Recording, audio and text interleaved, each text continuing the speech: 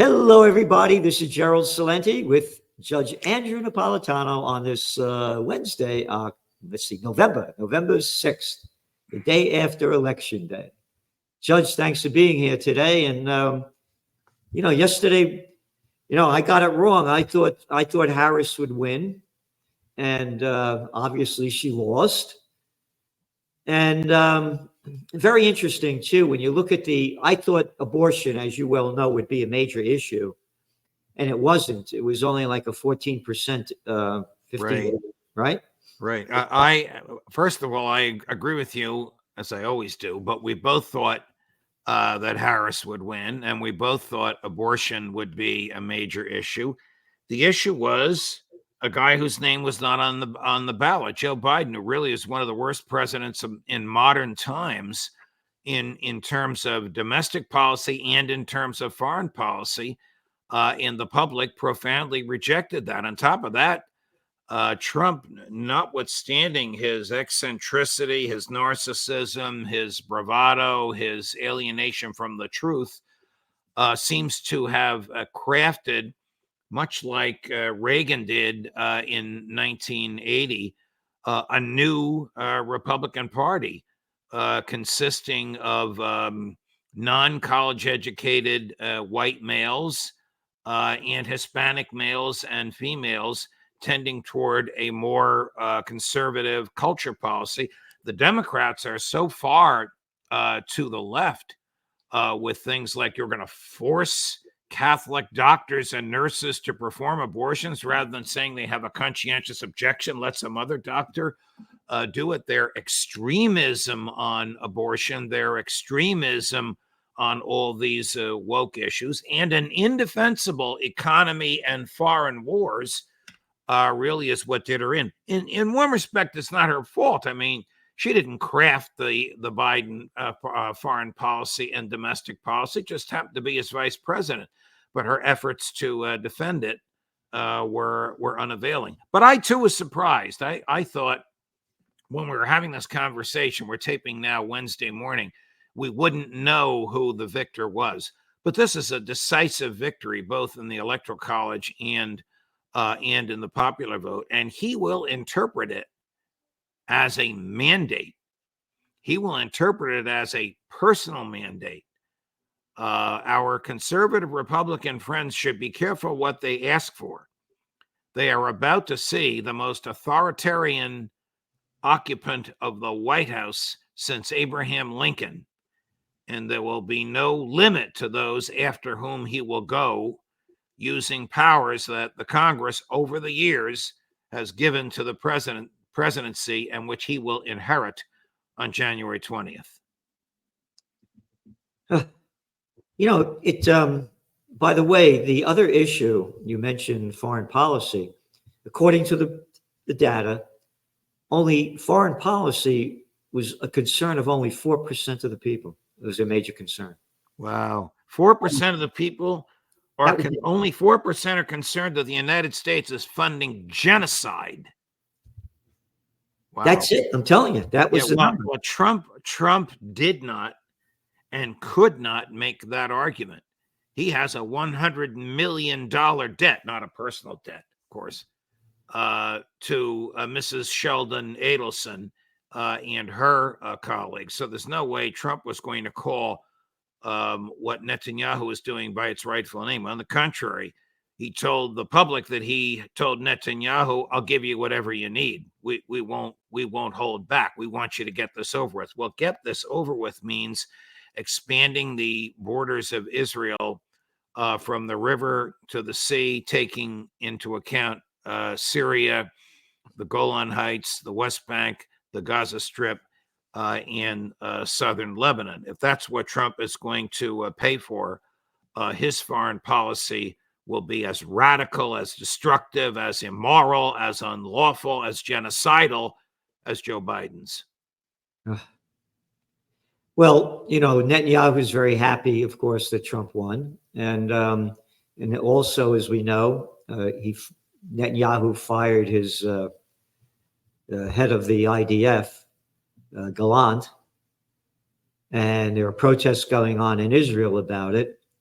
So I believe that Israel is going to ramp up this war now Yes. and get the full support of Trump. I mean, Netanyahu fired Gallant in order to get off the front pages the scandal involving the release of classified Israeli top secret documents, which demonstrated that Netanyahu is a liar because he told the Israeli public and the world that it was Hamas that kept changing its mind and upping the ante at the ceasefire return of hostages negotiations, when these documents demonstrate conclusively that it was him, not Gallant, not his government, but him and him personally. He had to get that off the front page. So he gambled that firing Gallant would get it off the front page, and he got a double whammy. Trump's election got it off the front page as well. However, an Israeli judge released a gag order on Shin Bet and on the Israeli police, who have been investigating Netanyahu since June. And those two investigations are now public. What are they investigating? Did he know that October 7th was coming and look the other way? Well, again, we only write in the Trends Journal what the facts are. And 2 days after the Hamas attack, information was released that the United States and Egypt had both warned Israel of the attack. And he ignored those warnings. As I say, when all else fails, they take you to war. And people forget that there were 39 weeks of major protests going on in Israel because of Netanyahu's Judicial Reform Act that would have prohibited him going to be brought up on the charges that right, he was guilty of. He fired Gallant once before because Gallant sided with the protesters, and then he brought him back. This is the fourth defense secretary or minister of defense, I think the title is, that he has fired in his years as prime minister. Listen, Gallant is no angel. Oh. Gallant is a committed Zionist as well, but he was willing to entertain a serious and long-term ceasefire in order to exchange hostages. Hamas has 110 Israeli hostages. The Israelis have 15,000 uncharged, untried, unaccused Palestinian hostages. And now, of course, the latest information that's coming out is that Israel has destroyed 30% of South Lebanon. Right. Bombed it into ruins. Right. With our bombs. And northern Gaza is apocalyptic. Yep. That's so that Jared Kushner and one of his construction companies can come in and build hotels and mansions.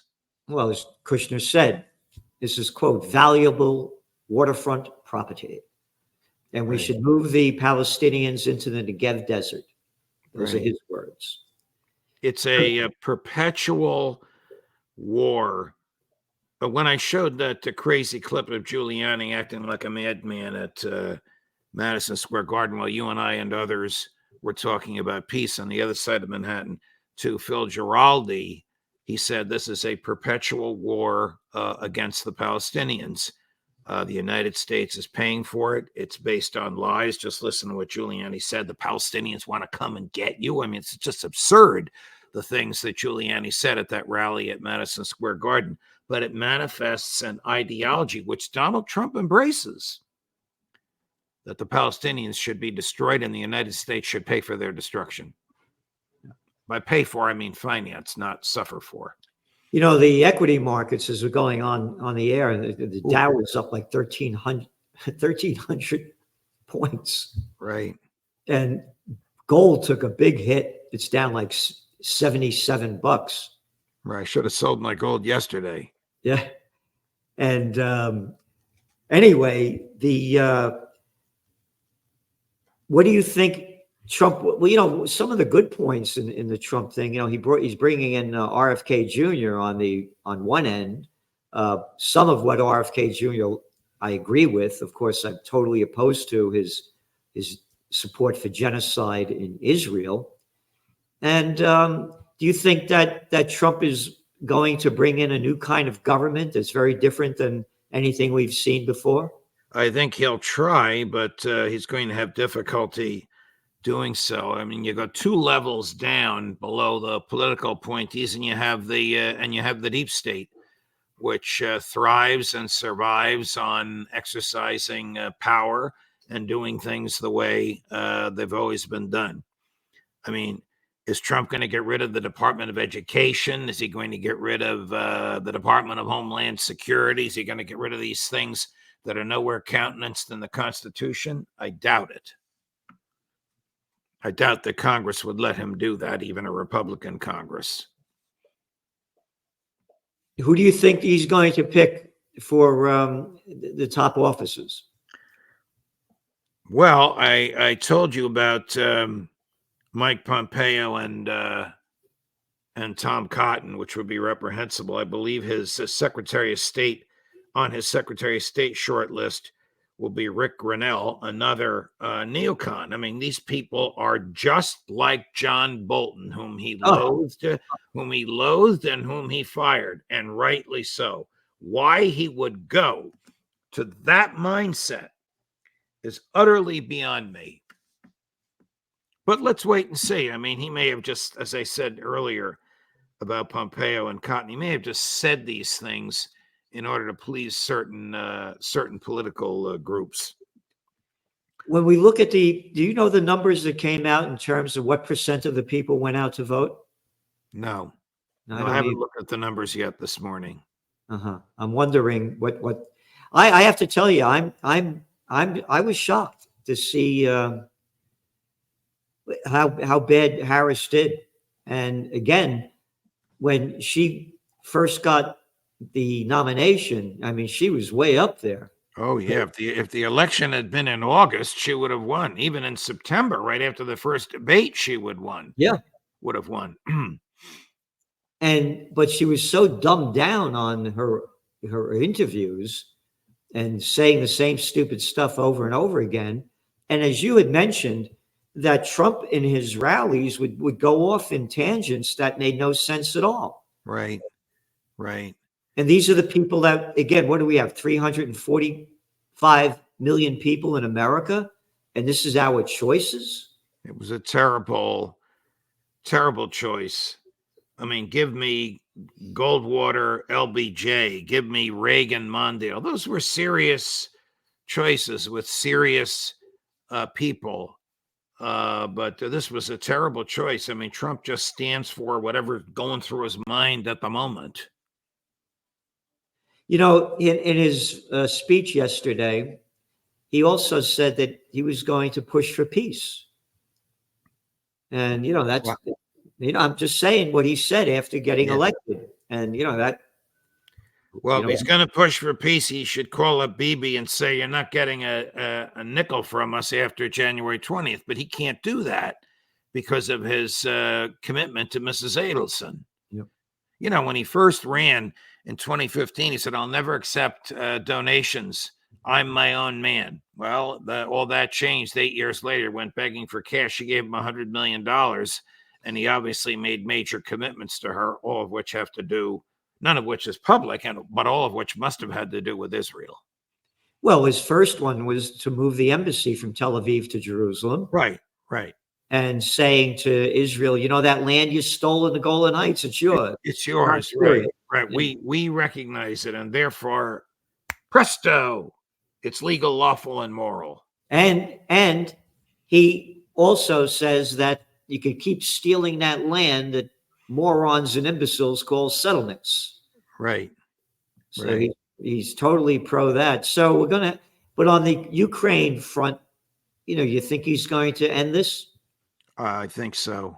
I think he sees the futility of that. He said many times he's going to end. I don't know what he whispered to Zelensky in his ear when he met with Zelensky in New York a month or so ago, but I think he is going to end it.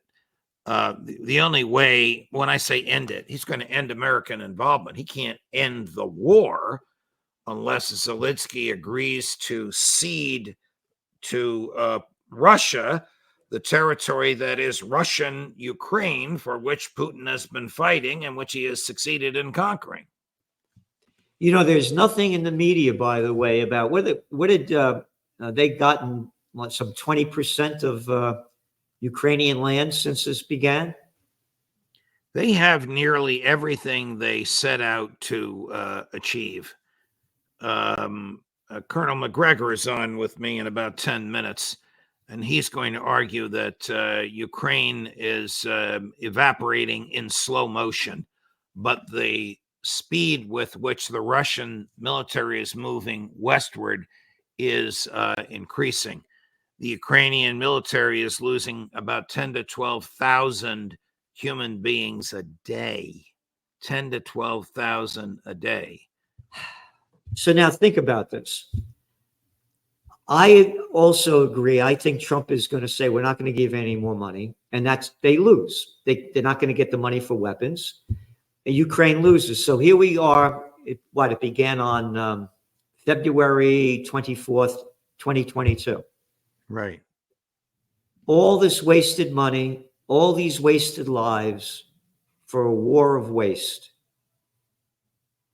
It accomplished nothing other than death and destruction. Thank you, Joe Biden. This is entirely 100% Joe Biden. I realize the Congress paid for it, but if he hadn't asked for it and authorized it, it wouldn't have happened.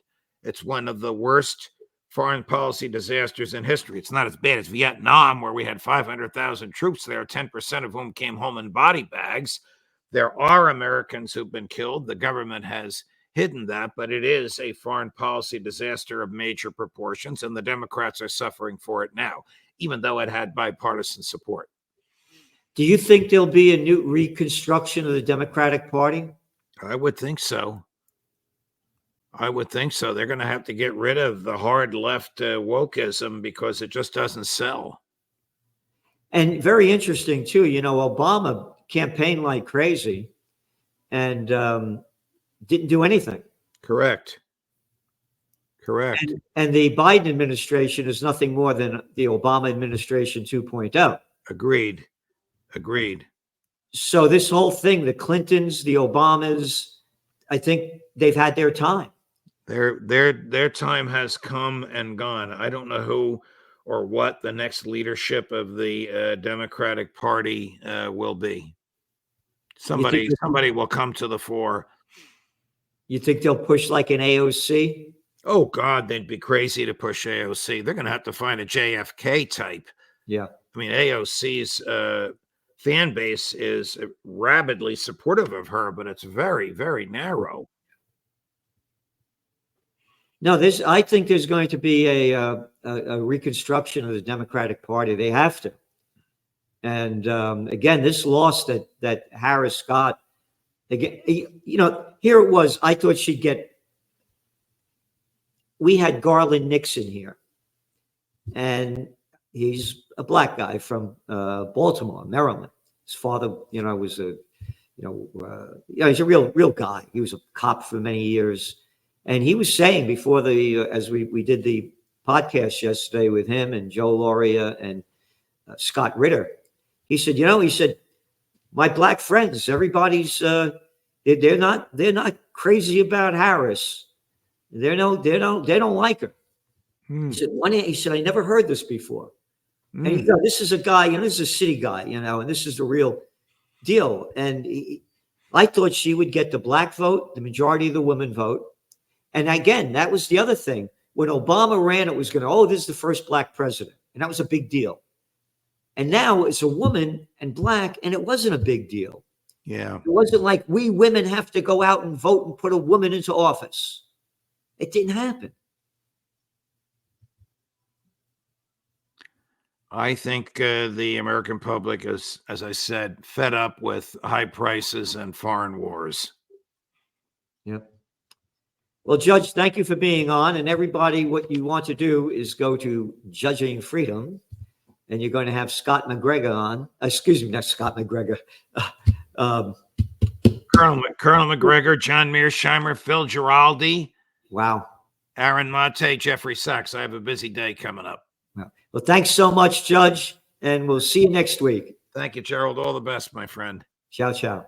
Bye.